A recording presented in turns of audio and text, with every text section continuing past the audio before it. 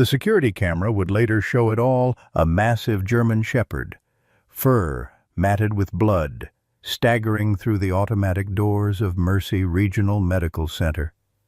The dog's eyes burned with desperate determination as it carried an unconscious little girl on its back. The child's arms hung limply around the animal's neck, her blonde hair caked with dirt and blood. Dr. Sarah Whitfield, minutes from ending her final shift before retirement, froze mid-signature as the commotion erupted. Nurses screamed. A security guard reached for his weapon, then stopped short. "Oh my God," someone whispered. "The dog is carrying her." The shepherd took 3 more steps into the gleaming emergency room, leaving crimson paw prints across white tile. Only when medical staff rushed forward did the animal finally surrender its precious cargo, collapsing in a heap as gentle hands lifted the girl away. The dog's eyes never left the child, even as its own life ebbed away on the cold hospital floor. Leave a like and share your thoughts in the comments along with the city you're watching from now. Let's continue with the story. Silverdale. Nevada sat like a dusty afterthought in the desert landscape. A town of just under 5,000 souls where everyone claimed to know everyone else's business. Mercy Regional Medical Center served as the only hospital within a 100-mile radius, its aging infrastructure and perpetual staffing shortages a testament to rural healthcare challenges across America. 8-year-old Lily Mason didn't mind that Silverdale wasn't on any tourist maps. Her world was perfectly complete with her books, her adoptive parents, and most importantly, Ranger, the German Shepherd who'd changed her life. Born with tetralogy of Fallot, a complex heart condition that left her smaller than other children her age, Lily had been abandoned at birth. Tom and Rebecca Mason, a high school biology teacher and bookstore owner, had adopted her knowing the medical challenges ahead, their hearts as open as their modest home on the outskirts of town. Lily's condition meant limitations, but never in her capacity to love. She poured that love especially into Ranger, the damaged German Shepherd no one else wanted. "He's been through too much," the shelter volunteers had warned when the Masons inquired 3 months earlier. "Former search and rescue. Something happened on his last mission. Doesn't trust anyone anymore." What the shelter didn't fully explain was Ranger's impressive history. 23 successful rescues over 5 years of service before the traumatic building collapse that ended his career. The dog that arrived at the Mason home moved like a shadow, wary eyes constantly scanning for threats, flinching at sudden movements. He accepted food only when left alone, slept only in corners with his back protected, and avoided human touch entirely, except with Lily. From their first meeting, something inexplicable connected them. 2 souls marked by physical limitations and circumstances beyond their control. Within a week, Ranger was sleeping outside her bedroom door. Within a month, he allowed her small fingers to stroke his fur while she read aloud each night, her soft voice somehow penetrating the fortress of his trauma. Dr. Sarah Whitfield knew nothing of Lily or Ranger as she prepared to complete her final shift at Mercy Regional. At 62, the veteran pediatric emergency physician had seen everything the human body could endure, and everything it couldn't. Like the day her own daughter Emily didn't survive a catastrophic building collapse 15 years earlier. The same collapse that had broken a certain German shepherd's spirit. 3 days before Ranger would stagger through the hospital doors. The Mason family celebrated what they called his gotcha day, the 3-month anniversary of bringing him home. Rebecca had baked a small, dog-friendly cake, while Tom snapped photos of Lily carefully placing a paper crown on Ranger's head. The German Shepherd tolerated the celebration with stoic dignity, his amber eyes never leaving Lily's face. "He looks like he's planning his escape," Tom joked, adjusting his glasses as he checked the image on his camera. Rebecca smiled, watching Lily whisper something in the dog's ear. "He's not going anywhere. Look at them. I've never seen a bond like that."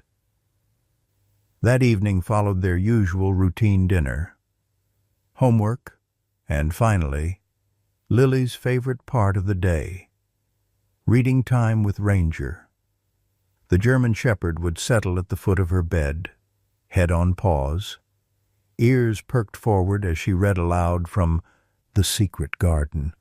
It was their 3rd time through the book. "If you look the right way, you can see that the whole world is a garden," Lily read, her small finger tracing under each word. Ranger's eyes drooped, not from boredom, but from the rare contentment only her voice brought him. Later that night, while the family slept, Ranger's behavior shifted. He paced at windows, hackles raised, nose working overtime. Something unfamiliar lingered at the edges of the property, a scent that triggered deep warning signals in his brain. By morning, the shepherd was exhausted but vigilant, refusing his breakfast and stationing himself firmly beside Lily's chair as she ate her cereal. "He's acting weird," Lily noted, slipping him a piece of bacon under the table. Tom frowned, watching the dog's unusual attentiveness. "I'll take him to the vet if he's still not eating tomorrow." While checking the mailbox that afternoon, Tom discovered small pieces of meat scattered near their property line. "Probably someone trying to poison coyotes," he told Rebecca, gathering the suspicious morsels in a plastic bag. "I'll report it to animal control." Rebecca found Ranger vomiting in the backyard later that day. "Probably ate something bad," she concluded, not connecting it to the meat Tom had found. Ranger allowed her to check him over, but his eyes constantly returned to the windows, tracking something none of them could see. The night it happened, Tom and Rebecca attended the high school's parent-teacher conference, leaving Lily with Melissa Bradford, their regular 16-year-old babysitter. Thunder rumbled in the distance as they pulled out of the driveway, promising to be home by 9. "We'll have cookies and watch that mermaid movie," Melissa told Lily as they waved goodbye from the porch. "And I brought nail polish." Ranger refused to join their activities, instead positioning himself at the living room window, body rigid with tension. Each time the thunder sounded, he growled low in his throat. "He hates storms," Lily explained, though something in her voice suggested uncertainty. Ranger had never shown fear of thunder before. At 8:17 p.m., the house plunged into darkness. Melissa sighed, reaching for her phone's flashlight. "Power outage from the storm. I'll find the circuit breaker." "Don't leave me," Lily whispered, suddenly afraid. Ranger's growl had deepened, and he'd moved from the window to stand directly in front of her, body vibrating with tension. "It's just the storm," Melissa reassured her, but her voice wavered as Ranger's growl intensified. The crash of the back door giving way came simultaneously with another thunderclap. Melissa screamed as shadowy figures rushed into the house. Ranger launched himself at the intruders, but his movements were sluggish, uncoordinated, not the sharp precision of his training. One man cursed as the dog's teeth grazed his arm, then swung something heavy that connected with the shepherd's skull. "Get the girl! Hurry!" a voice commanded. Melissa tried to shield Lily but was roughly shoved aside, her head striking the coffee table as she fell. Lily screamed for Ranger as strong hands lifted her. The German shepherd struggled to his feet, wobbling but determined, only to be kicked back down. "Deal with the dog," ordered a man in surgical mask and baseball cap. The last thing Lily saw before a cloth covered her face was Ranger lunging forward again, catching the sleeve of one kidnapper before another secured a thick zip tie around the dog's neck, pulling it cruelly tight. "Ranger!" she screamed through the cloth. The sound muffled as chemical sweetness filled her lungs. The shepherd fought against the plastic cutting into his throat, claws scrabbling frantically on the hardwood floor as Lily was carried away. His vision dimmed from the blow, from the plastic restricting his breathing, from whatever poison had been slowly working through his system, through fading consciousness. He heard car doors slam, an engine start. His child was gone. The humans who had taken her didn't realize they'd left behind the one creature on Earth who would die before giving up on finding her. Tom and Rebecca Mason returned home shortly after 9 to find their front door ajar, spilling yellow light into the darkness. Tom's hand instinctively reached for Rebecca's, squeezing tight as premonition gripped them both. "Lily," Rebecca called, rushing inside. The scene that greeted them defied comprehension. Furniture overturned, a lamp shattered across the floor, and Melissa Bradford lying unconscious beside the coffee table, a gash on her forehead oozing blood. "Lily!" Tom shouted, racing through the house while Rebecca knelt beside Melissa, fingers fumbling for a pulse. "Lily, where are you?" The teenager moaned, eyelids fluttering. "Men, they took her. Tried to stop." Her words slurred together as consciousness slipped away again. Rebecca's scream from the living room froze Tom in his tracks. He found his wife kneeling beside Ranger, the shepherd's body ominously still, a plastic zip tie embedded in the fur around his neck. "He's breathing, but barely," Rebecca sobbed, hands shaking as she worked to loosen the plastic. "Call 911, Tom. Call them now." Within 30 minutes, their modest home transformed into a crime scene. Paramedics transported Melissa to Mercy Regional while a grim-faced officer explained the process for reporting a missing child. Ranger, revived but disoriented, paced weakly between Lily's room and the back door, whining with increasing desperation. "Dogs usually run off during break-ins," Officer Williams remarked, watching Ranger's agitation. "Strange he stayed behind." "He wouldn't leave Lily," Tom said hoarsely. "They have a special bond." Detective James Cooper arrived as midnight approached, his weathered face betraying neither optimism nor despair as he systematically collected details Lily's medical history. Recent photos, descriptions of the kidnappers from Melissa's fragmented recollections.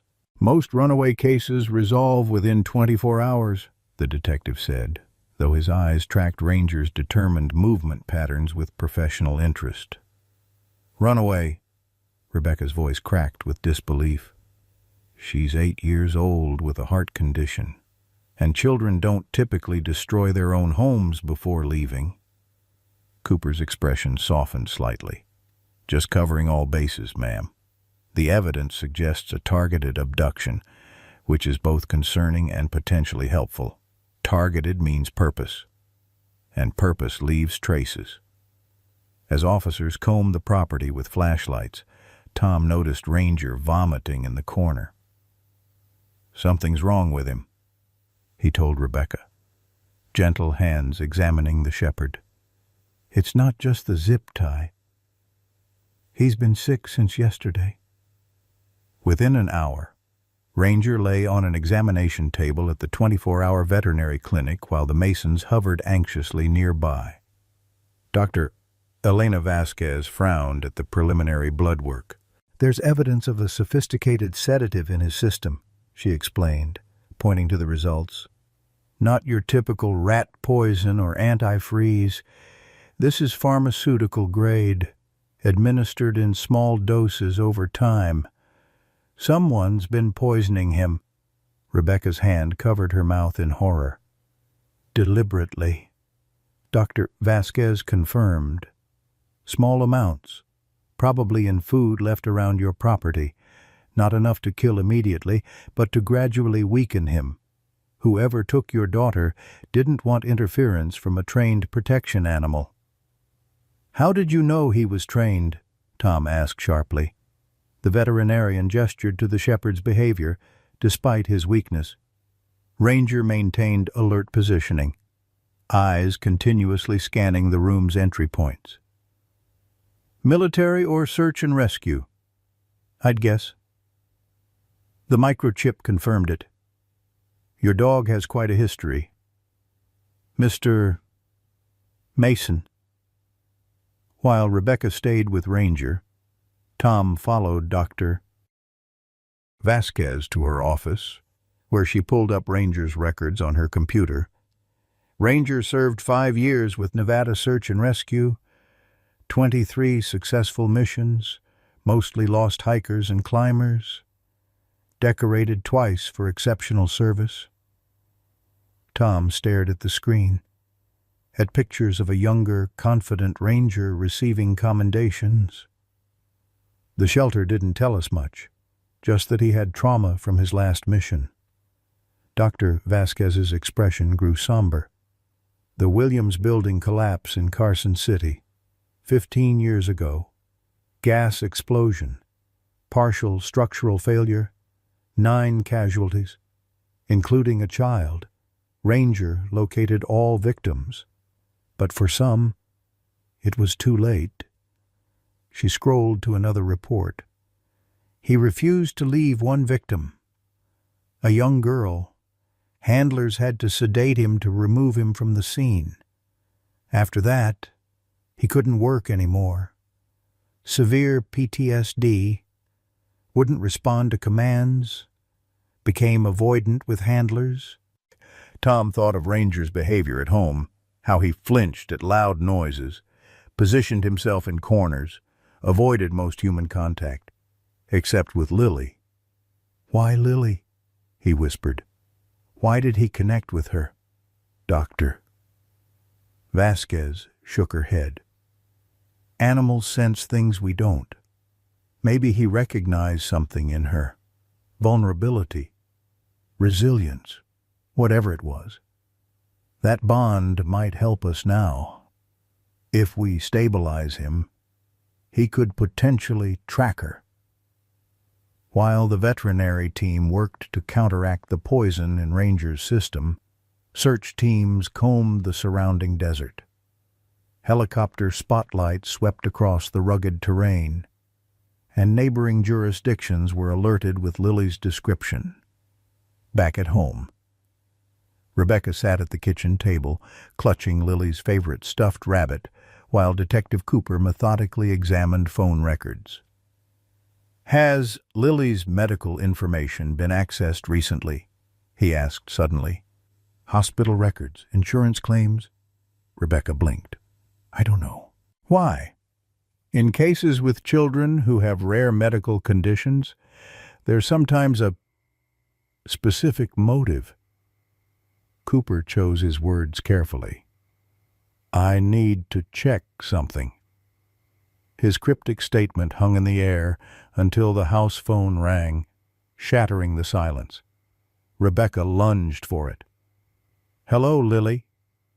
A child's muffled sobbing filtered through the line, then disconnected.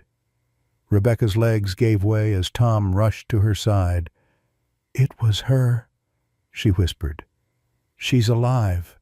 Tom, Cooper immediately called the station to trace the call, while Tom helped Rebecca to the couch. The detective returned minutes later. Expression grim. Burner phone. Paid with cash. But we have an approximate location, near the old Silver Point mine. His gaze shifted between them. Has anyone unusual shown interest in Lily's medical condition recently? Anyone asked questions about her heart? Tom and Rebecca exchanged confused glances. The cardiologist ordered some additional tests last month, Tom offered. Said he wanted to consult with a specialist. Cooper nodded, making notes. I need the doctor's name. While the detective worked, Tom received a call from Drs. Vasquez. Ranger's stabilized, but he's far from recovered. The poison is designed to cause progressive organ failure. We've slowed it. But how long does he have? Tom asked, voice cracking. Without the antidote, 24 hours, maybe less. After hanging up, Tom discovered Cooper intently studying his laptop. Mr. Mason, was Dr. Maxwell Reed the specialist who requested Lily's records? Tom nodded slowly. Yes, I think that was the name. Prestigious cardiologist from Carson City. Our doctor was excited to have him review Lily's case. Cooper's expression darkened. Maxwell Reed lost his medical license 3 years ago for substance abuse and ethical violations. He doesn't practice medicine anymore, at least not legally. As this revelation sank in, Cooper received a call that changed everything. We've connected Lily's case to 3 other missing children, all with rare medical conditions, all disappearing within the last year across Nevada and Arizona. What are you saying? Rebecca asked, her face ashen. I believe we're dealing with an organ trafficking ring, Cooper said grimly. Children with rare conditions have unique physiological characteristics that make their organs valuable to certain buyers. Dr. Reed's specialty was pediatric cardiac surgery before his license was revoked. The horrifying implication hung in the air like poison gas. Rebecca doubled over, a primal sound escaping her throat. Tom steadied himself against the wall, vision blurring. We're mobilizing every available resource, Cooper assured them. I've called in FBI assistance. That night, as the Masons kept desperate vigil by the phone, Dr. Vasquez called with alarming news. Ranger's gone. Somehow he broke out of his kennel. Security cameras show him heading west toward your neighborhood. By morning, there was no sign of the shepherd at the Mason home, but muddy paw prints led from their backyard fence into the desert beyond, toward Silver Point Mine. He's tracking her, Tom said with sudden certainty. He's going after Lily. In the distance, storm clouds gathered over the mountains as Ranger's prints disappeared into the vastness of the Nevada desert. Somewhere out there, a poisoned dog was hunting for his girl, racing against his own failing body, guided by nothing but love and the fading scent of the child who had healed his broken heart. The Nevada desert harbored no mercy for the wounded. Under the punishing morning sun, Ranger's paws left bloody prints on baked earth as he followed Lily's scent westward. The German shepherd's training battled against the poison circulating through his system, each mile a victory against his deteriorating body. His tongue lolled from his mouth, dry and swollen, but stopping wasn't an option his heart would accept. 15 years of instinct guided him. Track, locate, rescue. The mission parameters had never changed. Only the stakes had grown immeasurably higher. This wasn't a stranger in his search grid. This was Lily. His Lily. 4 miles from the Mason home. Ranger paused at a highway crossing. Cars whizzed past at 70 miles per hour, their wind buffeting his weakened frame.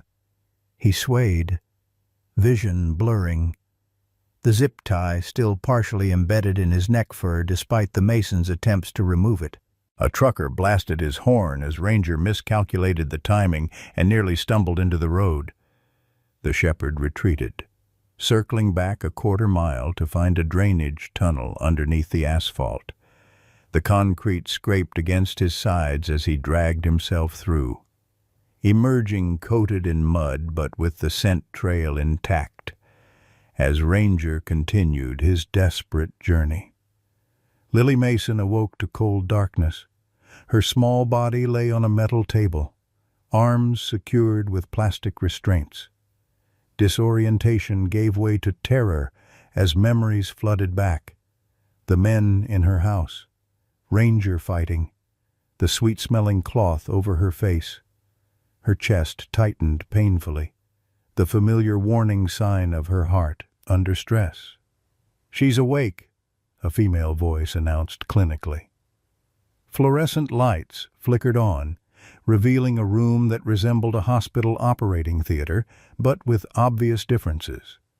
The equipment looked expensive but haphazardly arranged.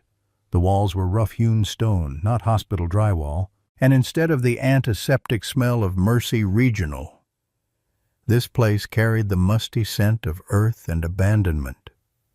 A man in blue surgical scrubs approached, his face masked, but eyes crinkling with what appeared to be a smile.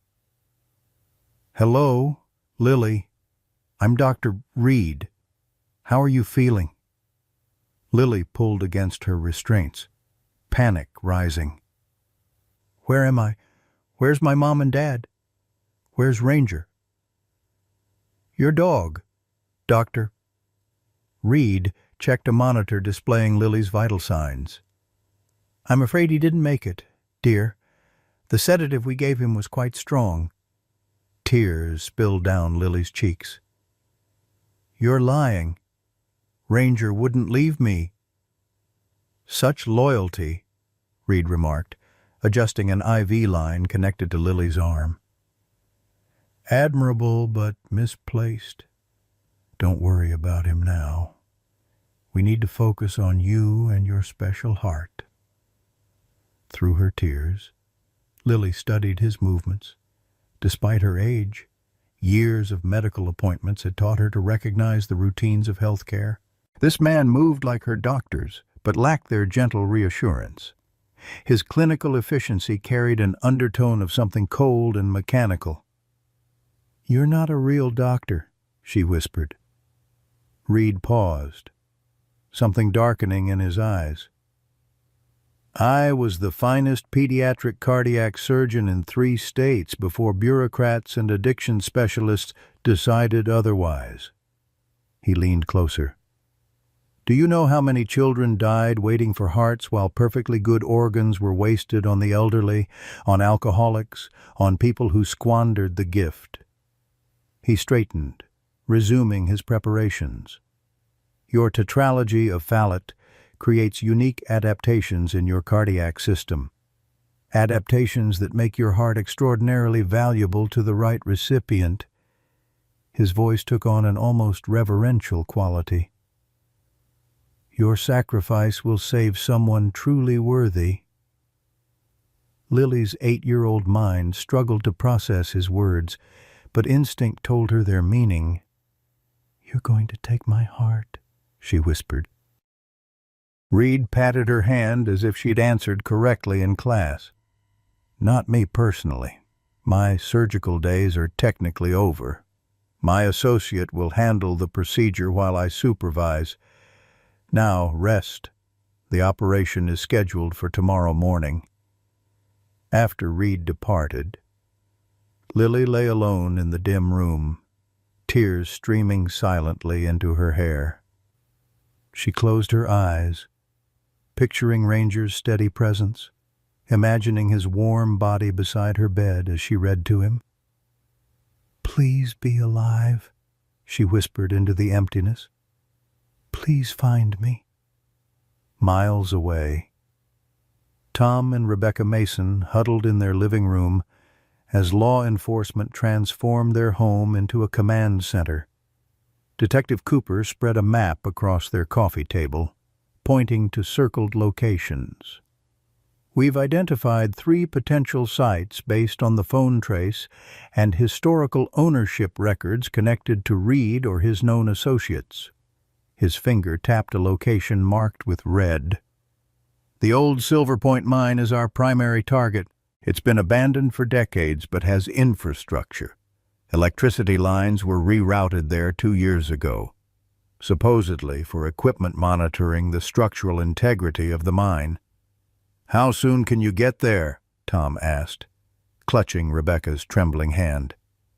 "We're coordinating with tactical teams now. The problem is jurisdiction and manpower. The mine crosses county lines, and we need sufficient personnel to cover multiple entrances." Cooper's expression revealed his frustration. "I've requested FBI support, but they're still hours out." Rebecca stood suddenly. "We don't have hours.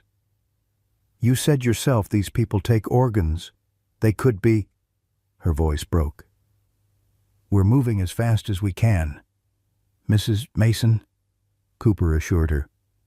"Every officer in 3 counties is looking for Lily. At Mercy Regional Medical Center, Dr. Sarah Whitfield sorted through patient files, preparing to hand over her cases to her replacement. Retirement loomed just hours away, but her mind kept returning to the cases of 2 children who had come through the ER in recent months, both with rare conditions, both subsequently disappearing. Officially, one was a runaway, and the other had moved with family to Arizona. But something about the timing nagged at her. On impulse, she pulled up their medical records, noting the same digital signature had accessed both files shortly before their disappearances. The hospital system showed the access came from Dr.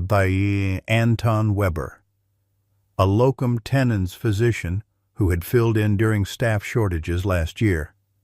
Whitfield frowned. She'd met Weber briefly, an unremarkable man with perfect credentials. Too perfect, perhaps. She dialed hospital administration. "This is Dr. Whitfield. Did we verify Dr. Weber's credentials through primary sources or just accept the locum agency's documentation?" She listened, her frown deepening. "I see. And who requested him specifically?" The answer sent a chill through her. Maxwell Reed had personally recommended Weber to the staffing committee, the same Maxwell Reed who had operated on her daughter Emily 15 years ago, attempting unsuccessfully to save her after the Williams Building collapse. Whitfield pulled up autopsy photos from a John Doe found near the state line 3 months ago, a case she'd consulted on because of unusual surgical anomalies. The precise pattern of the incisions had struck her as familiar, but she couldn't place why. Now, comparing them with surgical records from Reed's former practice, she saw it clearly. The technique was distinctive, Reed's signature approach. Her hands trembling, Whitfield contacted Detective Cooper. Inside the abandoned Silver Point mine, Maxwell Reed reviewed preparations in what had once been a foreman's office, now converted to administrative headquarters for his operation. Monitors displayed various rooms throughout the sprawling underground complex, including Lily's holding area.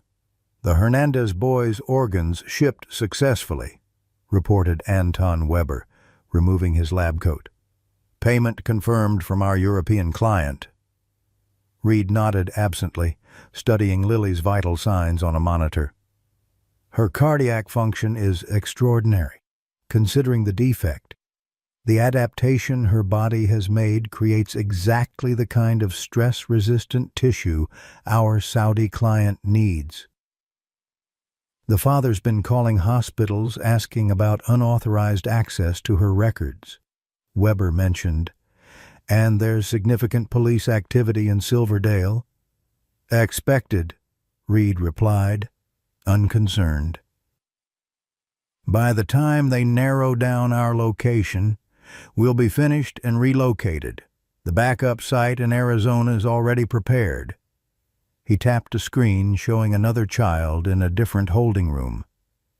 Schedule the Mason girl first, then the Patterson boy. We'll extract, pack, and evacuate within 12 hours. Weber hesitated. And the children's remains.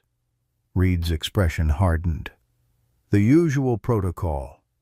The old mining shafts are nearly 1,000 feet deep. He turned away, adding, "Make sure the anesthesia is adequate this time.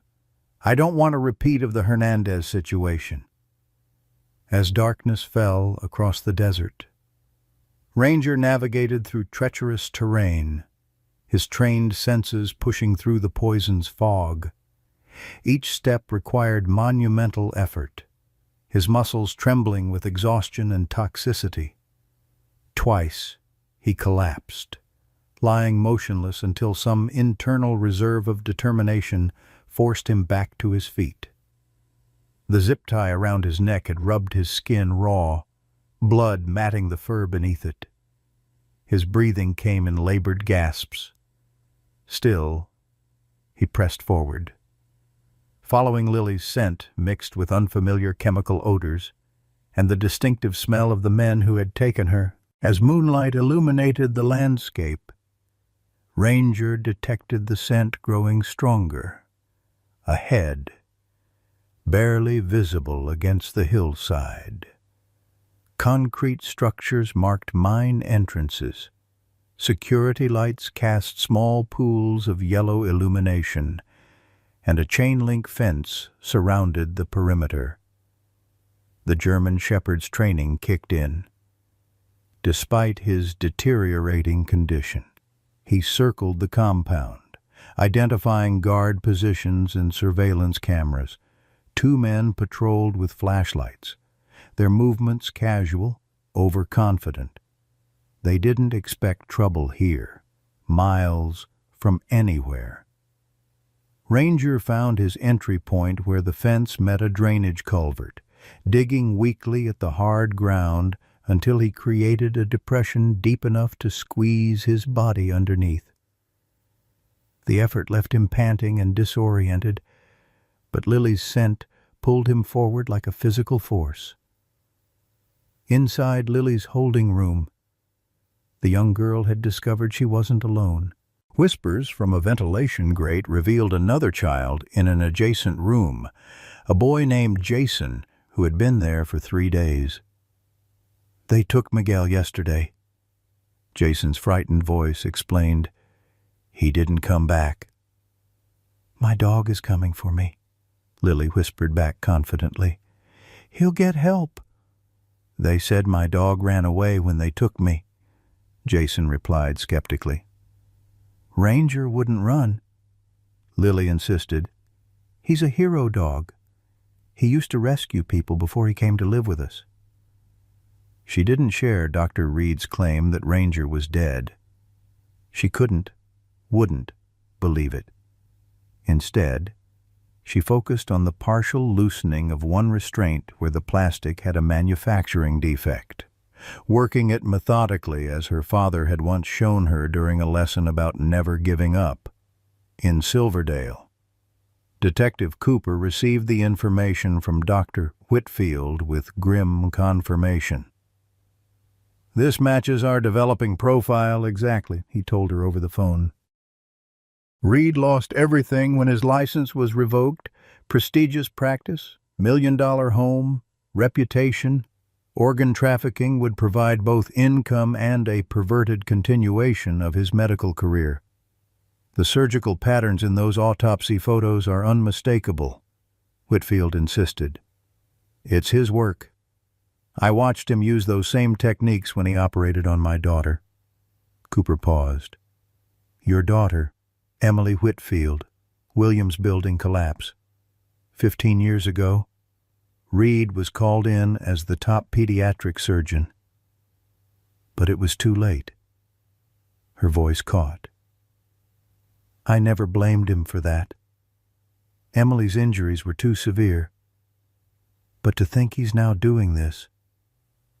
The detective's voice softened. I'm sorry about your daughter, Doctor, and I believe you're right about Reed. We're preparing to raid the Silver Point location, but we're waiting on tactical support. These children don't have time for bureaucratic delays, Whitfield said sharply. I've reviewed the files of the missing children. Based on standard organ harvesting protocols, they won't wait more than 24 hours after assessment before proceeding. After hanging up, Whitfield stared at her office wall, at the medical license that would become inactive in less than 8 hours when her retirement officially began. With sudden decision, she grabbed her keys and emergency medical bag. At the Mason home, Tom paced relentlessly while Rebecca clutched Lily's stuffed rabbit. Cooper had ordered them to stay put while the raid was organized, but waiting had become unbearable torture. The vet said Ranger only had hours left. Tom said suddenly, if he's tracking Lily. Rebecca understood immediately. He's leading us to her. Without further discussion, they grabbed jackets and a first aid kit. Cooper had left a junior officer named Peterson to monitor the house, but the young man was currently occupied coordinating communications in their kitchen. We'll be right back, Tom told him vaguely. Just getting something from the garage. Minutes later, their pickup truck headed west, following the same direction as Ranger's tracks, guided by Rebecca's intuition and Tom's determination. If Ranger can find her with a belly full of poison, Tom said grimly, we can follow his trail. Inside Silver Point Mine, Ranger navigated through shadowy tunnels, hugging the walls to avoid detection. The complex was larger than expected, a maze of passages and repurposed mining offices. His training helped him avoid 2 more security guards, but his strength was fading rapidly. Twice he vomited bile tinged with blood, his organs beginning to fail from the poison. The shepherd's keen nose led him to a heavy door with a small ventilation grate at the bottom. Lily's scent was overwhelming here. He whined softly, pressing his muzzle against the grate. Inside, Lily froze at the sound. Ranger, she whispered in disbelief. A faint whine confirmed the miracle. Tears of joy streamed down her face as she worked her hand free from the loosened restraint. I knew you'd come. I knew it. With one hand free, she quickly unfastened the other restraints. Her legs trembled as she slid from the table, careful to leave the monitoring sensors attached to avoid triggering alarms. The IV needle pulled painfully as she removed it, pressing a gauze pad against the small wound. At the door, she knelt to see Ranger's amber eyes through the grate. Good boy, she whispered, her heart breaking at his obviously weakened condition. Such a good, brave boy. The door was secured with an electronic keypad lock. Lily bit her lip, remembering the code Dr. Reed had entered earlier, 5231. With trembling fingers, she punched in the numbers, releasing a breath when the lock clicked open. Ranger staggered as the door swung outward, nearly collapsing into Lily's arms. The girl gasped at his condition, the raw wound around his neck, his blood-crusted fur, the glazed quality of his normally alert eyes. "You're hurt?" she whispered, arms encircling his neck. Ranger's tongue weakly licked her cheek, his entire body trembling with exhaustion. Despite his state, he remained focused, tugging gently at her hospital gown, urging her toward the exit. "Wait," Lily whispered. "There's another kid. Jason." She moved to the adjacent door, peering through the grate. "Jason, I'm getting you out. My dog found me." Using the same code. Lily freed the 10-year-old boy, who stared at Ranger with wide eyes. "Is he going to bite me?" "No, he's a hero," Lily assured him, though her concern grew as Ranger swayed on his feet. "But he's really sick. They poisoned him." Together, the children followed Ranger as he led them through the corridors, his training guiding them despite his failing strength. Twice they pressed into alcoves as guards passed. Once, Ranger deliberately knocked over a trash can in a different corridor to draw guards away from their position. They had nearly reached a service exit when lights flooded the hallway and alarms blared throughout the facility. "Security breach at the north entrance," announced a mechanical voice over the intercom. "They know we're gone," Jason whispered, panic rising in his voice. Lily clutched Ranger's fur. "What do we do?" The German shepherd made the decision for them, leading them down a different passage, away from the commotion. His movements were becoming increasingly uncoordinated, but determination kept him upright. Meanwhile, Dr. Maxwell Reed watched the security cameras with cold fury. "Find them!" he shouted at Weber. "How did she get out? And where did that dog come from?" Weber pointed to a monitor showing police vehicles approaching the main entrance. "We have bigger problems. Law enforcement. At least 4 units. Reed cursed, grabbing a laptop and external hard drive. "Initiate the emergency protocols. Wipe the servers. Destroy all medical waste. We're evacuating to Site 2. He paused, staring at another monitor showing Lily, Jason, and Ranger moving through a maintenance tunnel. "That dog. Wait. Magnify that image." The camera zoomed in on the shepherd's distinctive markings. "I know that animal," Reed whispered, recognition dawning. "That's the search and rescue dog from the Williams building." A twisted smile spread across his face. 15 years later, and we're still fighting over the same children." He grabbed a sedative kit and a handgun from a cabinet. "Handle the evacuation. I'll deal with our escapees personally." As Ranger led the children toward a service entrance, his legs finally betrayed him. The shepherd collapsed mid-stride, his breathing shallow and labored. Lily fell to her knees beside him, tears streaming down her face. "Get up, Ranger," she pleaded. "Please get up. We're almost out." The dog tried and failed to rise, whimpering softly in frustration and pain. His eyes remained fixed on Lily's face, communicating what his body could no longer accomplish. "He's dying," Jason said quietly. "We need to go without him." "No." Lily's voice broke. "I won't leave him. He didn't leave me." The sound of footsteps approaching forced a decision. Jason pulled at Lily's arm. "Hide. Now."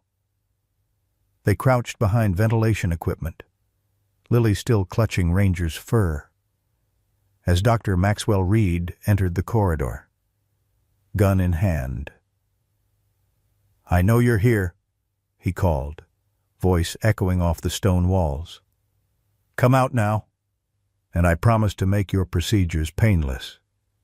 His eyes fell on Ranger's prone form, and he approached cautiously, nudging the shepherd with his foot. Ranger growled weakly but couldn't rise. "Impressive," Reed remarked, crouching to examine the dog. "Ranger, isn't it Carson City's hero? You should have died from the poison days ago." He stroked the shepherd's head with mock gentleness. "You've led me right to them. Good dog." As Reed stood and turned toward their hiding place, Lily's heart pounded so loudly she was certain he would hear it. The doctor took one step toward them, then another. "I can hear you breathing, children," he said softly. "There's nowhere to go."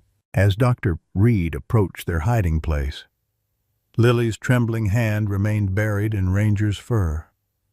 The shepherd's amber eyes, though clouded with pain, tracked the doctor's movements.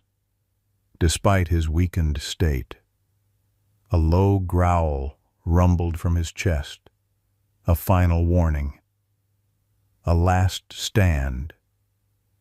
"Come out now," Reed called, his voice carrying false compassion. "You're only prolonging the inevitable. Your conditions make you special. Children, your sacrifice will save lives, important lives." Jason pressed himself deeper into the shadows, but Lily's gaze remained fixed on Ranger. In the 3 months since he joined their family, she had learned to read his subtle signals. Now, despite his failing body, his eyes communicated one clear message: distraction. "I know about sacrifice," Lily called suddenly, squeezing Jason's arm to keep him silent. "My mom and dad taught me that real sacrifice is chosen, not forced." Reed pivoted toward her voice, a smile spreading across his face. "Wise beyond your years, Lily.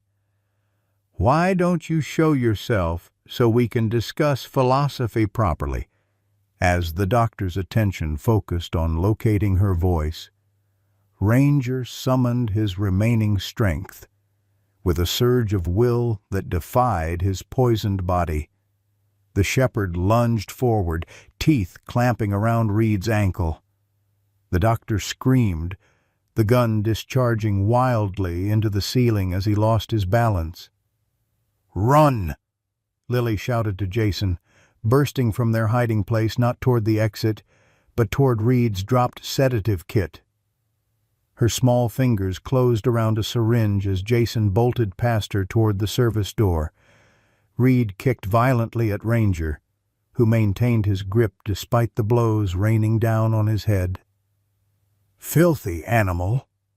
the doctor snarled, struggling to aim his weapon at the shepherd. Lily didn't hesitate. 8 years of medical treatments had taught her about injections, about finding veins and muscle tissue.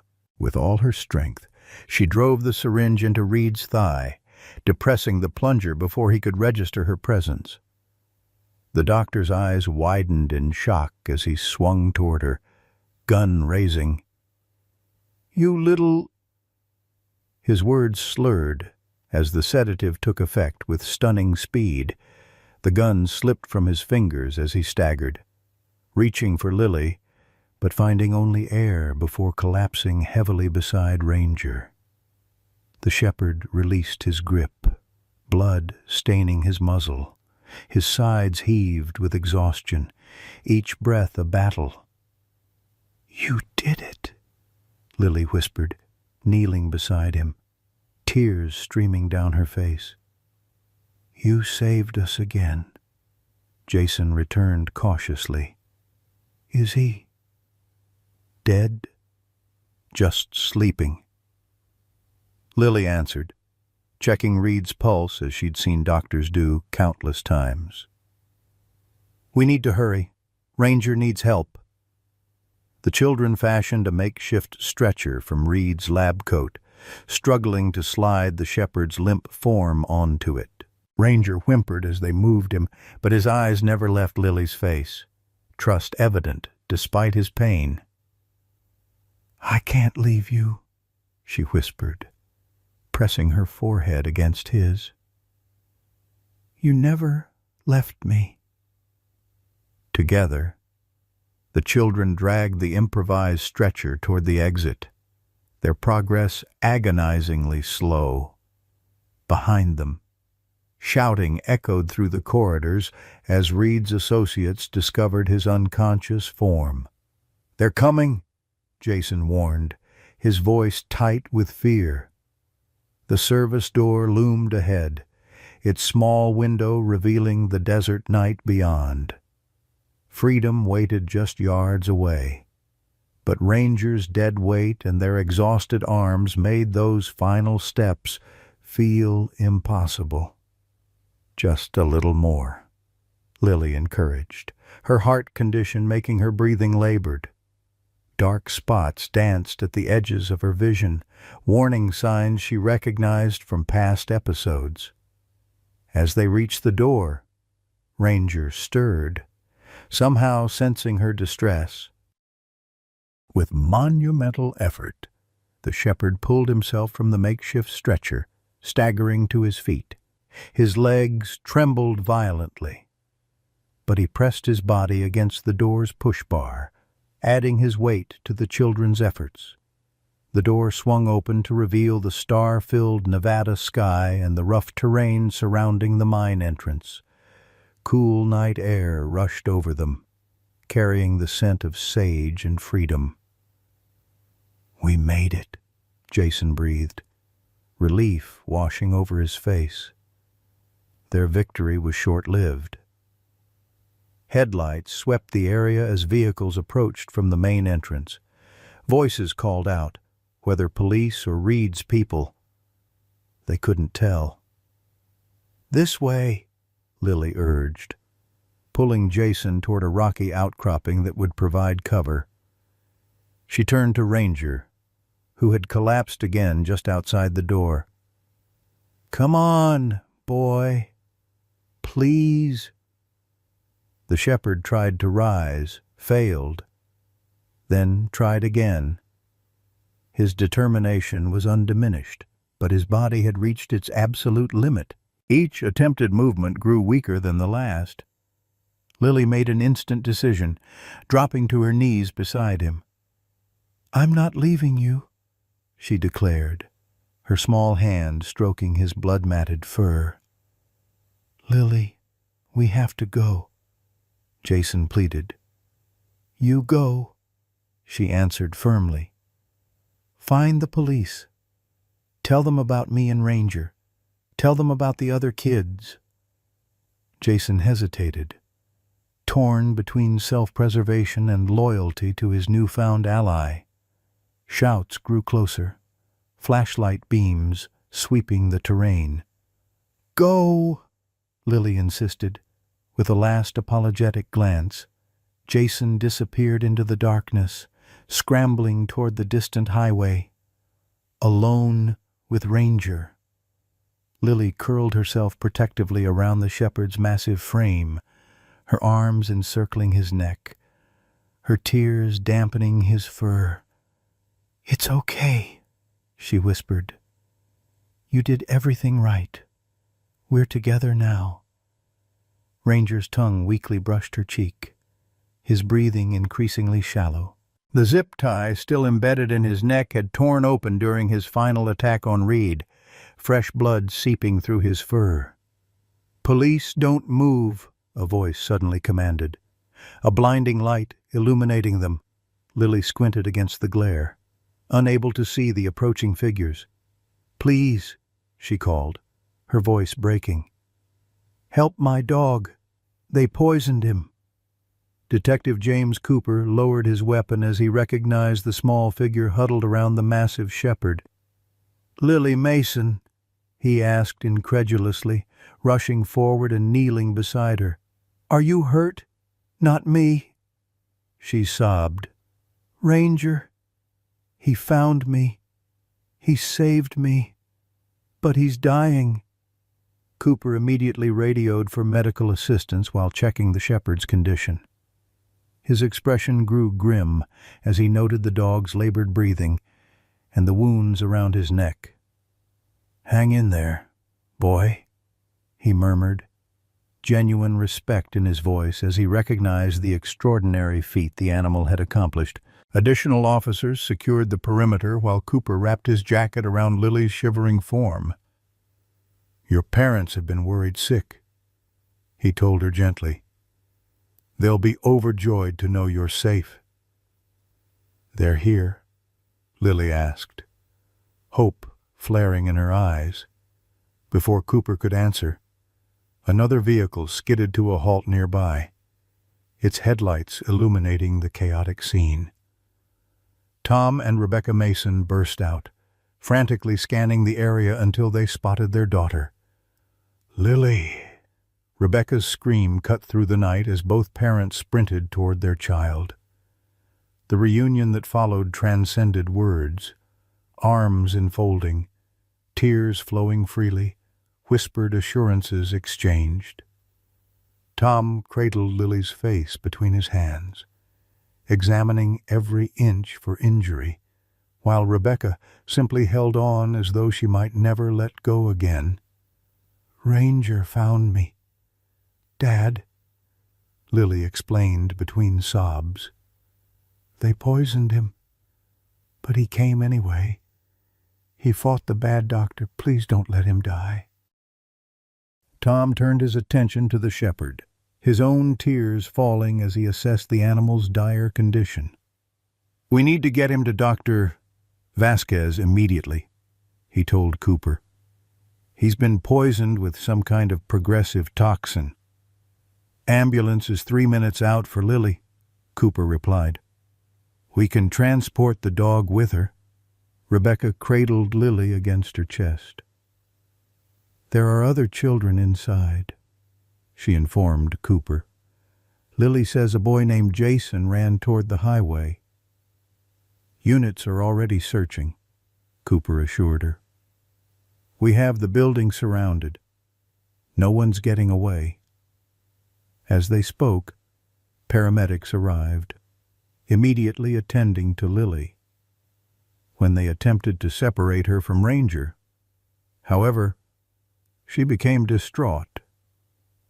"He stays with me," she insisted, small hands clutching the shepherd's fur.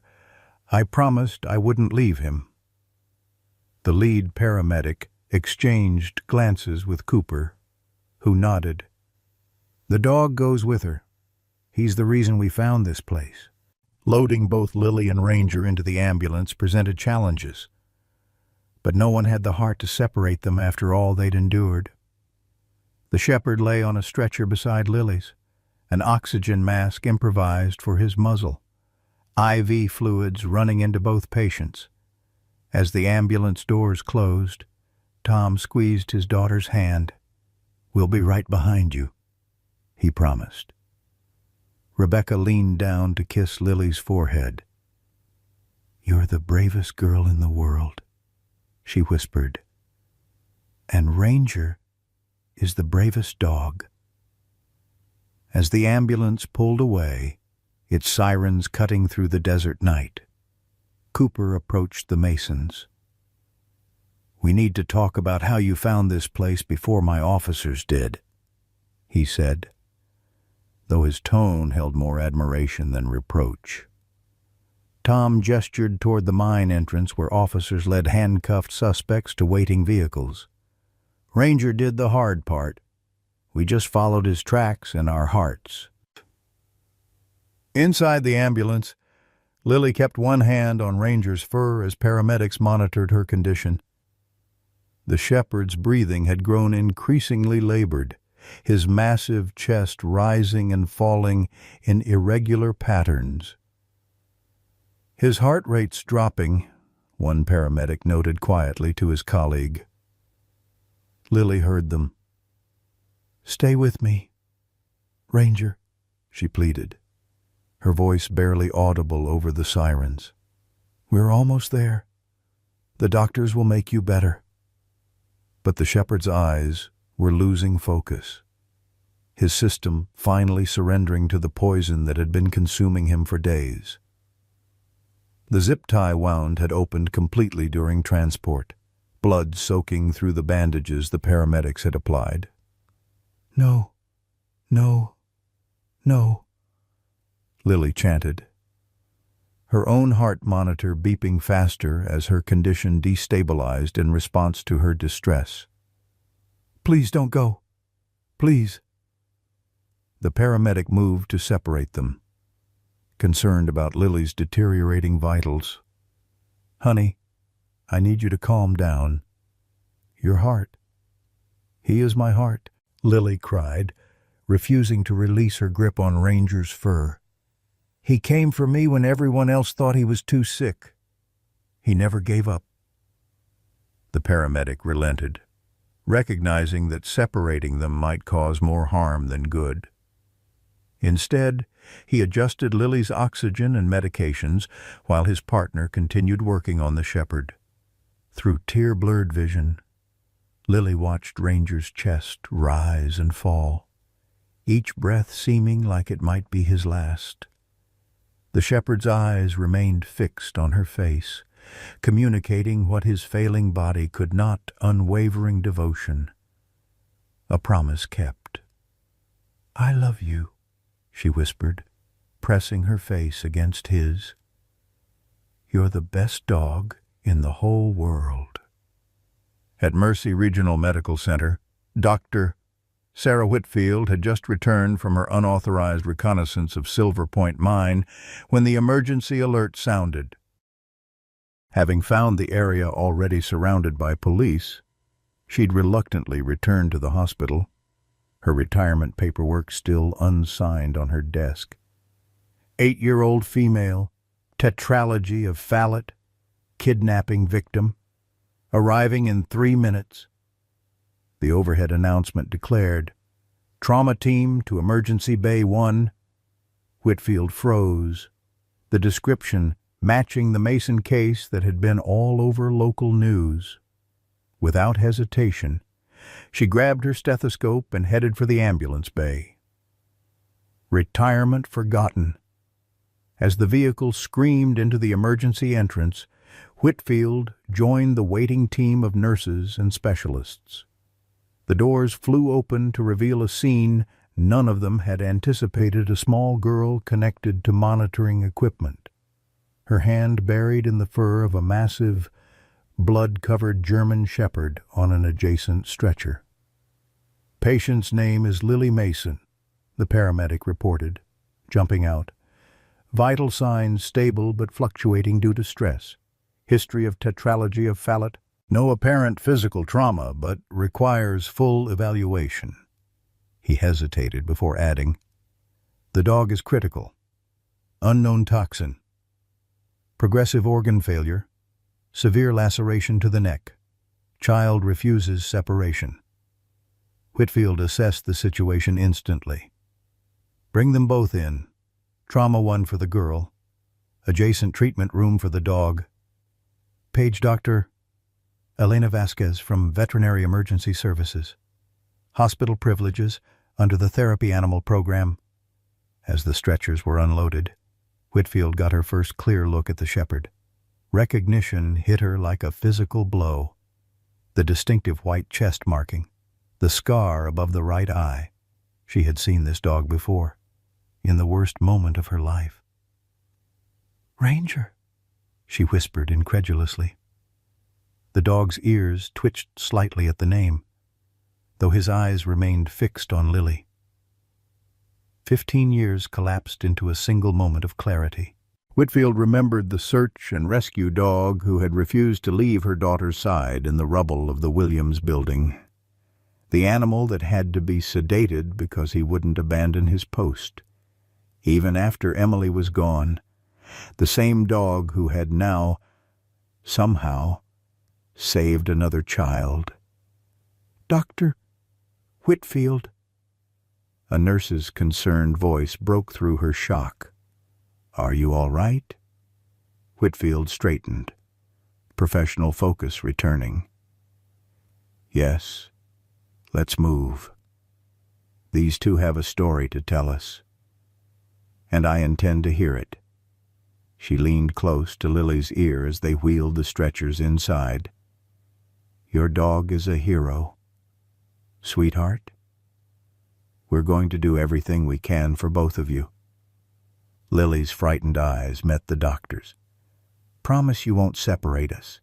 He gets scared without me. Whitfield squeezed her small hand. I promise we'll keep you together as much as medically possible. Now let's get you both taken care of. As the trauma team rushed them through the emergency room doors, Ranger's legs suddenly stiffened, his body arching in a seizure. Lily screamed as staff moved quickly to stabilize him. He's crashing, someone called out. We need Vasquez now. Through the chaotic flurry of medical intervention, Lily reached desperately for her protector, her friend, her hero. The dog who had crossed miles of desert, battled kidnappers, and defied death itself to save her. Don't leave me, she begged, as they wheeled Ranger into the adjacent treatment room, a glass partition allowing her to see but not touch him. Please don't leave me. In that moment, as medical teams fought for both their lives, their roles reversed. Now it was Lily's turn to stand watch, to refuse to abandon hope, to channel the same unyielding loyalty that had driven a poisoned shepherd through the Nevada desert with one mission: bring her home. The chaos of the emergency room faded to background noise as Lily watched through the glass partition while veterinary staff worked frantically over Ranger's massive form. The shepherd's body convulsed again, his legs paddling against invisible terrain as the seizure gripped him. Dr. Elena Vasquez had arrived within minutes of their entrance, her face grim as she assessed the dog's deteriorating condition. Phenobarbital, 2 milligrams per kilogram. IV push, Vasquez ordered, her hands moving with practiced efficiency as she placed an endotracheal tube down Ranger's throat. Start cooling measures. His temperature's 106. Lily barely registered the medical team attending to her own needs, drawing blood, attaching monitors, checking her heart.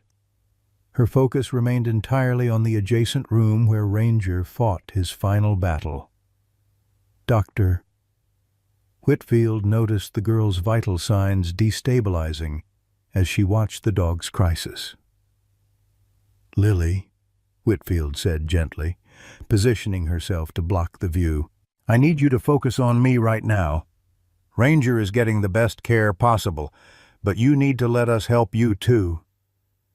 Tears streamed down Lily's face. He's dying because of me. Whitfield took the girl's small hand between her own. No, sweetheart. He's fighting because of you. There's a difference. She brushed Lily's matted hair from her forehead. Can you tell me what happened? What did they give him? Through broken sobs, Lily recounted everything. The poisoned meat left around their property days before the kidnapping. Dr. Reed's comment about a progressive toxin designed to cause organ failure. He said it was mercy, she whispered, that it wouldn't hurt Ranger. But it did hurt him. It's still hurting him. Whitfield relayed this information immediately to Vasquez, who nodded grimly. Sounds like thallium compounds mixed with anticoagulants, the veterinarian theorized. Designed for prolonged suffering rather than immediate death. We need to start chelation therapy and blood transfusions. Will that save him? Whitfield asked quietly, conscious of Lily's attention. Vasquez's expression revealed the truth before she spoke. It might buy time, but the organ damage is extensive. His kidneys are shutting down. Liver function is compromised. And now, the neurological symptoms. She shook her head slightly. The fact he made it this far, is nothing short of miraculous.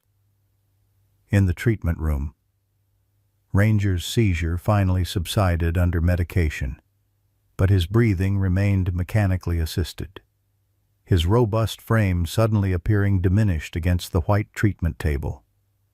Blood samples disappeared to the lab while IV lines delivered fluids, medications, and plasma.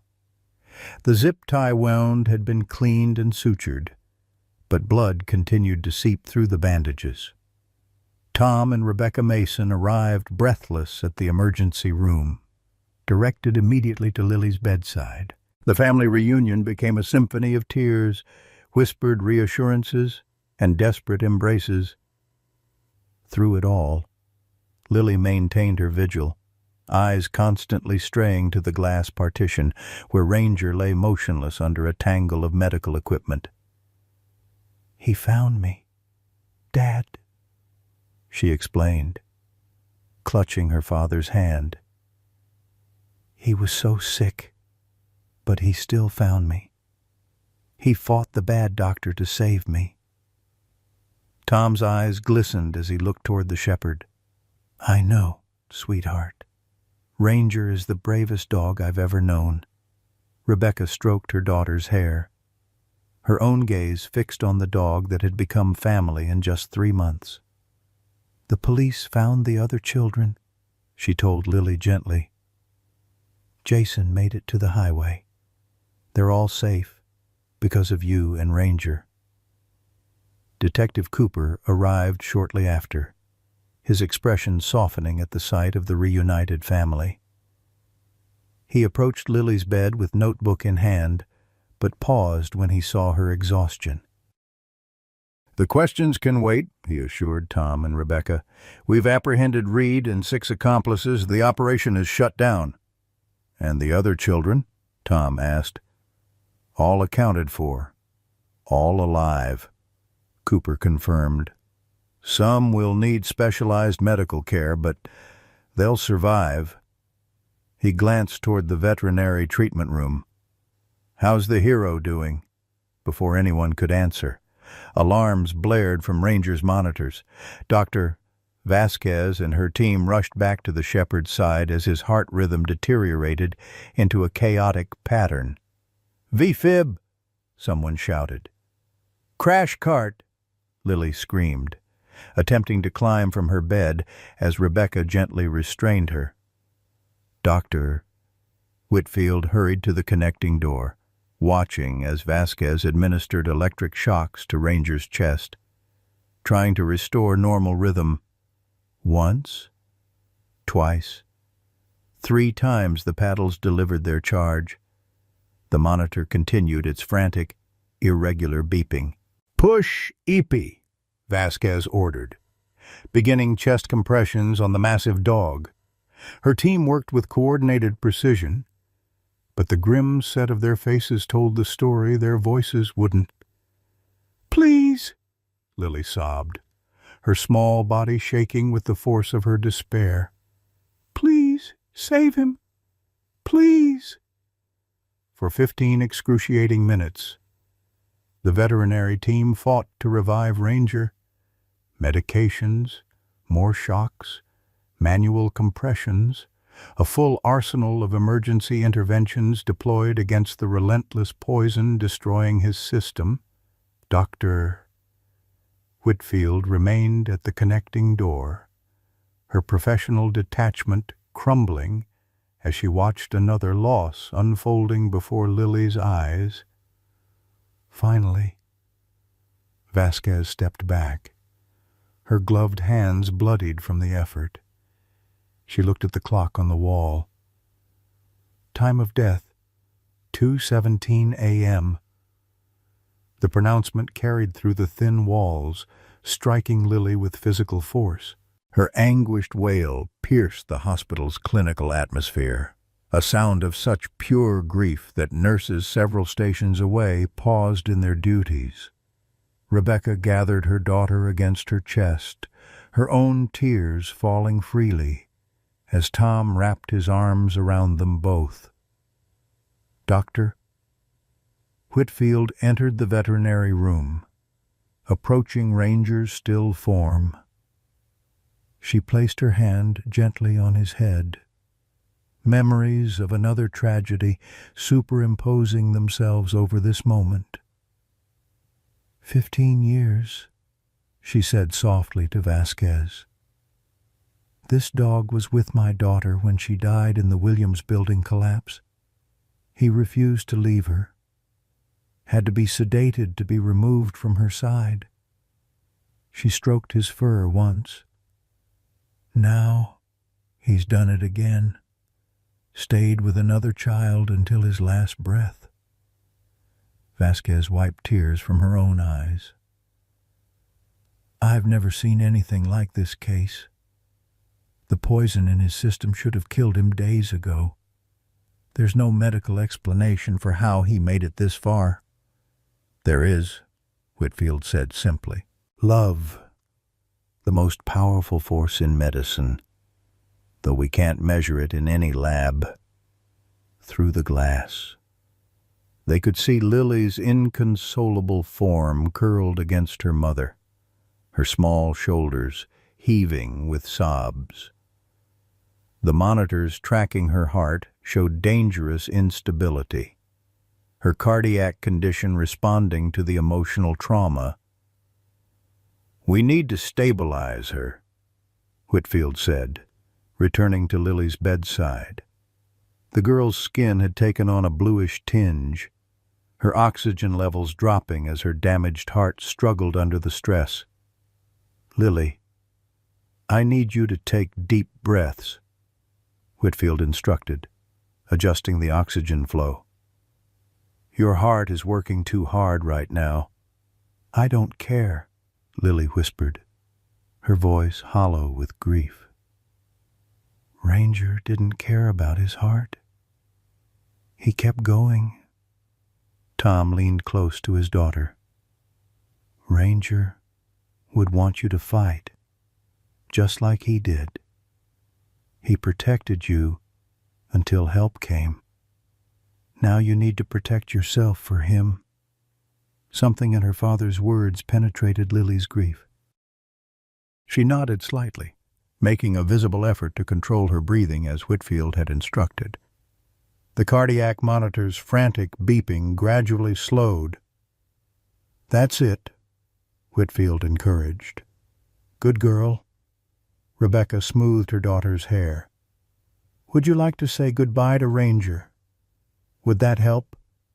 Lily nodded, her eyes red-rimmed and swollen, with Whitfield's cautious approval. Tom lifted his daughter from the bed, IV pole and all, carrying her into the veterinary treatment room where Ranger lay. The medical equipment had been removed, leaving only the noble shepherd, his form still and peaceful at last. Lily reached out with trembling fingers to touch his fur. He's still warm, she whispered. Yes, Vasquez said gently. He hasn't been gone long. Tom carefully set Lily down beside the treatment table. The girl leaned forward, wrapping her arms around Ranger's neck one last time, burying her face in his fur. Thank you for finding me, she whispered against his ear. Thank you for not giving up. You're the best dog in the whole world, and I'll love you forever. As Lily held Ranger, the adults withdrew slightly, giving her space for this final goodbye. Rebecca pressed her face against Tom's shoulder, their shared grief overwhelming. Detective Cooper stood respectfully in the doorway, hat in hand, his weathered face solemn with recognition of the sacrifice he had witnessed. In that sterile hospital room, surrounded by the trappings of modern medicine that had proven insufficient to save him, Ranger received the most profound honor any search and rescue dog could hope for: the tearful gratitude of the child he had given his life to save. Doctor. Whitfield watched the scene with professional concern for Lily's condition, but also with the empathy of someone who understood this particular loss all too well. 15 years earlier, this same dog had kept vigil over her daughter. The symmetry wasn't lost on her. The completion of a circle that had begun in tragedy and ended in both triumph and heartbreak. As Lily whispered her final goodbyes, a single tear slipped down Whitfield's cheek. For Emily, for Lily, for the extraordinary animal who had connected their stories across time and tragedy. Dr. Sarah Whitfield gently guided Lily back to her treatment room, the girl's small body trembling with exhausted grief. Tom carried his daughter while Rebecca walked alongside, her hand never leaving Lily's arm, as if afraid she might disappear again. The monitors resumed their steady tracking of Lily's compromised heart, the numbers stabilizing somewhat after the emotional storm of saying goodbye to Ranger. "Try to rest now," Whitfield urged, adjusting Lily's IV. "Your body's been through a tremendous ordeal." Lily stared at the ceiling, tears flowing silently. "I can't close my eyes," she whispered. "I keep seeing him looking for me, trying so hard even though he was dying." Tom squeezed his daughter's hand. "Ranger knew exactly what he was doing. Sweetheart, that's what made him special. He chose to find you, no matter what it cost him." As the family huddled together in the narrow hospital room, Detective Cooper appeared in the doorway, his expression troubled. "Dr. Whitfield, may I speak with you outside?" In the corridor, Cooper ran a hand over his weary face. "We've been interrogating Reed's associates. The poison they used on the dog was custom designed by Reed himself." He hesitated, glancing toward Lily's room. "There's something else. The preliminary blood work on Lily shows anomalies the medical team can't explain." Whitfield frowned. "What kind of anomalies?" "They found traces of the same compound that poisoned Ranger in Lily's bloodstream, but with an unexpected modification. The lab says her blood contains antibodies that are neutralizing the toxin, antibodies that shouldn't exist." Whitfield's medical mind raced through possibilities. "That's impossible. She would have needed prior exposure to develop antibodies, and even then—" According to Reed's notes, which we seized from his laptop, he designed this poison specifically because it was undetectable and had no known antidote. Cooper lowered his voice further. "Yet somehow, Lily's body is fighting it off naturally. How did it get into her system in the first place?" Whitfield demanded. Cooper gestured toward the veterinary treatment room where Ranger's body remained. "When the dog fought Reed, he was injured again. His blood got on Lily, open wounds, mucous membranes, during their escape and the journey to the hospital.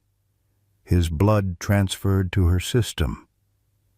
Whitfield's eyes widened as understanding dawned. "The zip tie around his neck.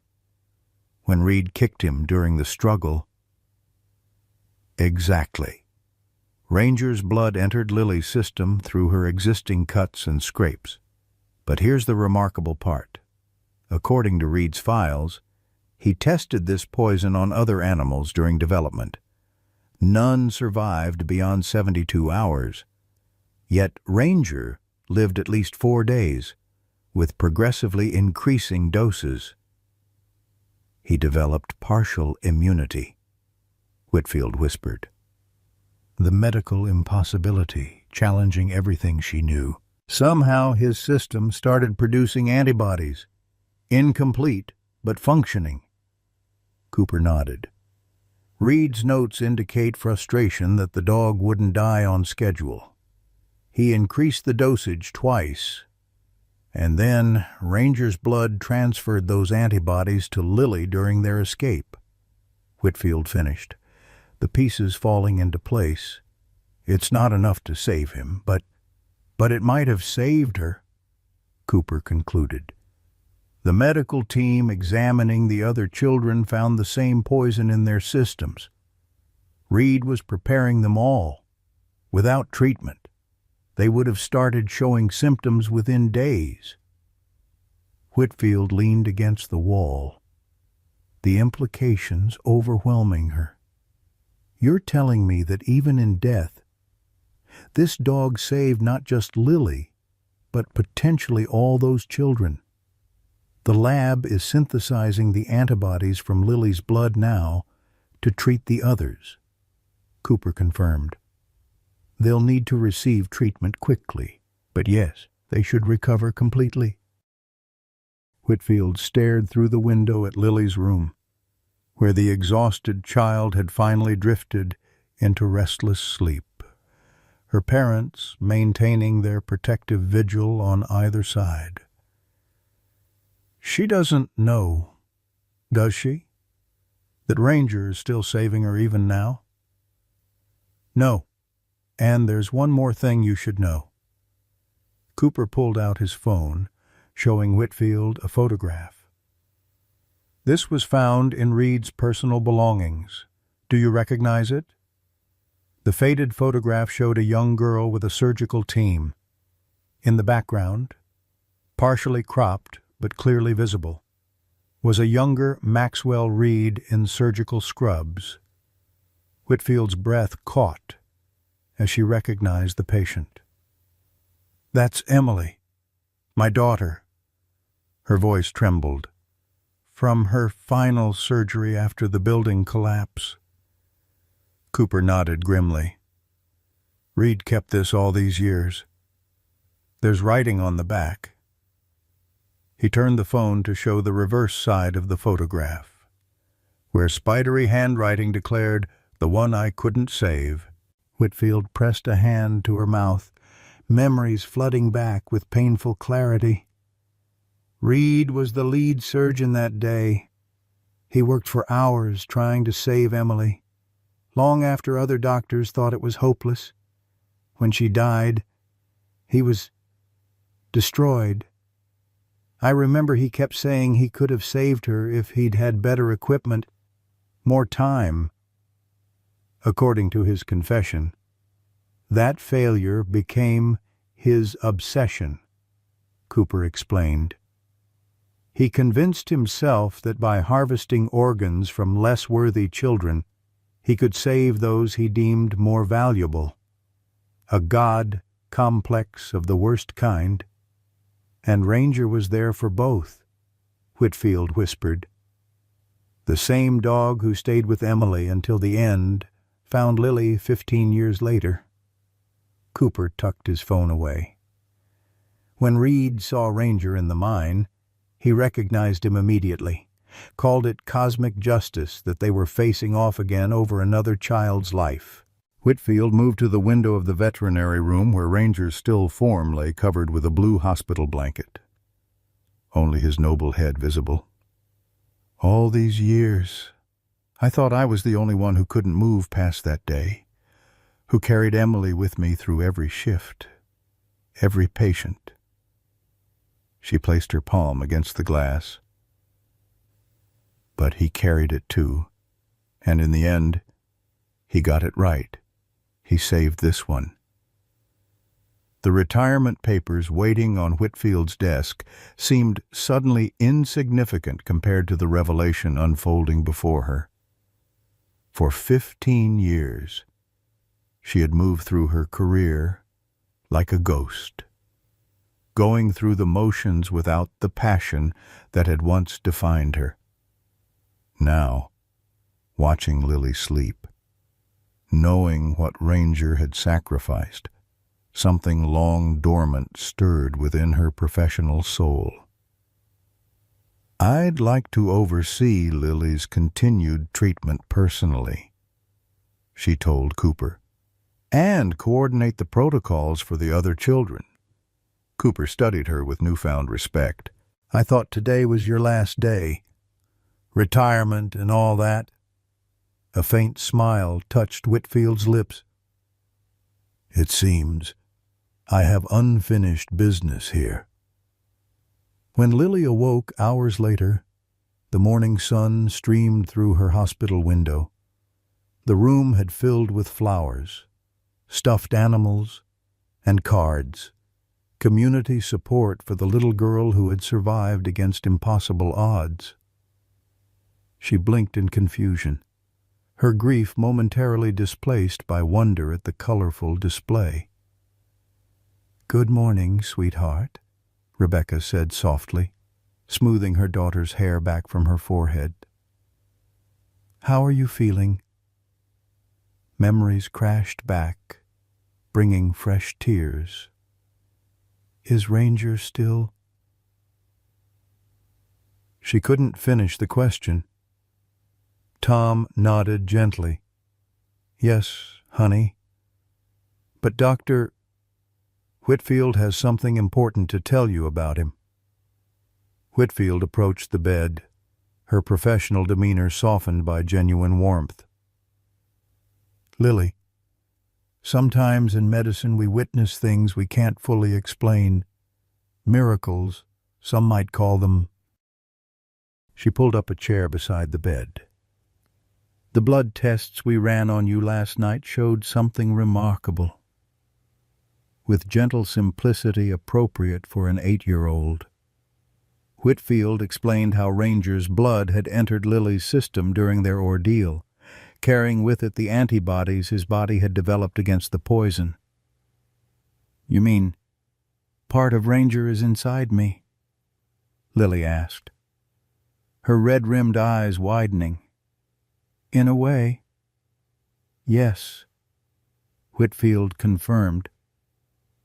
"His body learned to fight the poison, and now yours is doing the same thing.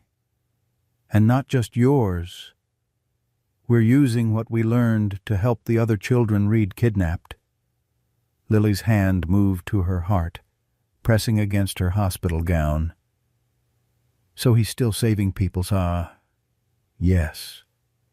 Whitfield smiled, her own eyes misting. "That's exactly right." Tom leaned forward, taking his daughter's hand. "There's something else. Lily, Dr. Whitfield knew Ranger before we did." As morning light filled the small hospital room, Whitfield shared the story she had kept locked inside for 15 years, the building collapse, her daughter Emily, and the German shepherd who had refused to leave a dying child. How that same dog, years later, had found his way to the Mason family and ultimately to Lily. "I think he was meant to find you," Whitfield concluded, her voice thick with emotion. "To complete what he couldn't finish with Emily." Lily absorbed this revelation with the peculiar wisdom of children who have faced mortality. "He wasn't broken," she said finally. "Everyone at the shelter said he was broken, but he wasn't. He was just waiting." "Waiting for what, sweetheart?" Rebecca asked. Lily looked up, absolute certainty in her eyes. "Waiting to finish his job? Waiting to save me?" The profound simplicity of her understanding brought fresh tears to every adult in the room. In that moment, the tragedy of Ranger's death transformed into something else, not diminished in its sadness, but elevated by its purpose. Not an ending, but a completion. 1 month later, Lily Mason sat in a wheelchair on the sunlit grounds of Mercy Regional Medical Center, a light breeze ruffling her hair as she waited for her parents to complete her discharge paperwork. Her recovery had progressed steadily, though her doctors maintained a watchful eye on her heart condition, which had shown unusual improvement since her ordeal. The Mason Miracle, the local papers had called it. Not just Lily's survival and rescue, but the subsequent arrests of Maxwell Reed and his entire organ trafficking network. 7 children had been saved directly. and evidence from Reed's files had led to the disruption of similar operations in 3 other states. Throughout her recovery, Lily had received cards and letters from families across the country, all expressing gratitude to the little girl and her extraordinary dog. Tom appeared in the hospital doorway, pushing an empty wheelchair since Lily had insisted on waiting outside. "Ready to go home, sweetheart?" Lily nodded, her fingers absently touching the small wooden box in her lap, a handcrafted container holding a portion of Ranger's ashes. The remainder had been scattered at Sunrise Point, a desert lookout where the Mason family had taken Ranger on his first real outing after adoption. "Can we stop somewhere first?" she asked as her father helped her from one wheelchair to the other. Tom exchanged glances with Rebecca, who had followed with their daughter's belongings. "Of course. Where would you like to go?" "The animal shelter," Lily replied without hesitation. "I want to use some of my letter money to help the dogs no one wants." The letter money referred to the donations that had accompanied many of the cards Lily received, amounts that had accumulated into several $1,000s. Tom and Rebecca had placed it in a special account for their daughter's future, but Lily had other ideas. "I think that's a wonderful way to honor Ranger," Rebecca said, squeezing her daughter's shoulder, "at Silverdale Animal Shelter." The staff greeted Lily like a returning hero. Her story had transformed the fortunes of the modest facility, with donations and adoption rates soaring after news coverage featured Ranger's shelter origins.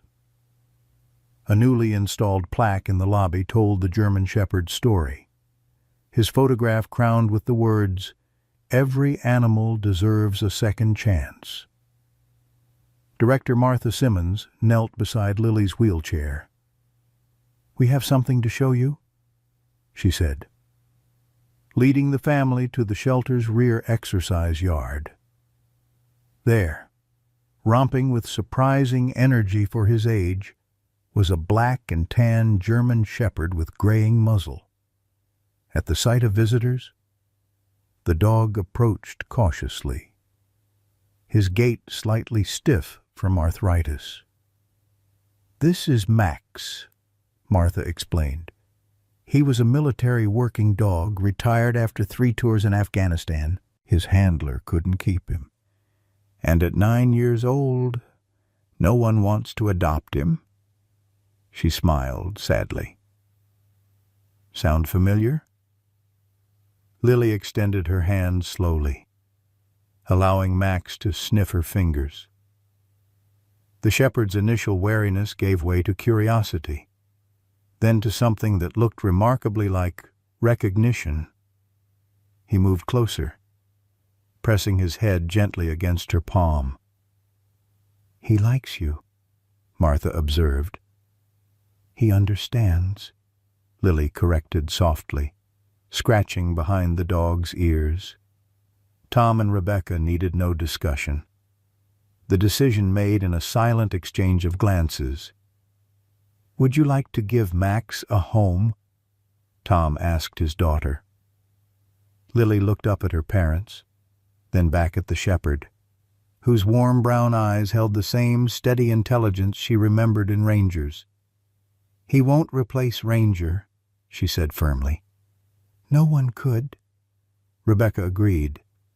"But maybe, like you helped Ranger heal, you could help Max too." 2 days later, Max settled into the Mason home with the dignified caution of an animal who had seen too much of the world's darkness, like Ranger before him. He initially kept his distance, observing the family dynamics from safe corners, but unlike Ranger, Max had Lily's experienced patience to guide him. "He needs time," she explained to her parents. "And lots of reading." True to her word, Lily began their relationship as she had with Ranger, sitting near but not too close, reading aloud from The Secret Garden, allowing Max to approach on his terms. By the end of the first week, the shepherd had claimed his spot outside her bedroom door. At Mercy Regional, Dr. Sarah Whitfield hung a new photograph beside her daughter's on her office wall, one showing Lily with Ranger, taken from the Masons' family album. Her retirement paperwork remained unsigned in her desk drawer, replaced by proposals for a new pediatric trauma response unit she would lead. The hospital board had approved her request for a therapy dog program, with training facilities named in Ranger's honor. On quiet evenings when her shift ended, Whitfield sometimes visited the small memorial garden where a stone marker commemorated Ranger's sacrifice. There, in the peaceful shadow of the hospital he had struggled so valiantly to reach. The inscription read simply, "Ranger Search and Rescue, Hero, Friend. Greater love hath no one than this, that one lay down his life for another." Life continued its imperfect, precious journey in Silverdale. The Mason family moved forward, their bonds strengthened by tragedy and resilience. Max gradually emerged from his shell, his military precision softening under Lily's gentle care, and each night, as promised, Lily read aloud to her new guardian, the wooden box containing Ranger's ashes keeping silent vigil on her nightstand. "See, Max," she would whisper, as the shepherd's eyes drooped with contentment. "The whole world can be a garden if you look the right way. As we age, we often wonder if our capacity to make a difference diminishes with our graying hair and slowing steps. Ranger's story reminds us that our greatest contributions may come when we're battle-worn and overlooked by a world fixated on youth and perfection. This German shepherd, dismissed as damaged goods after trauma, summoned the courage to save a child when his own body was failing. How many of us feel set aside, our wisdom and determination undervalued, like Ranger? Our greatest purpose might still lie ahead, perhaps in the life of a grandchild who needs our protection, a community that needs our experience, or a cause that needs our unwavering loyalty. Remember, it wasn't Ranger's strength that saved Lily. It was his refusal to quit, his commitment to finish what he started decades earlier.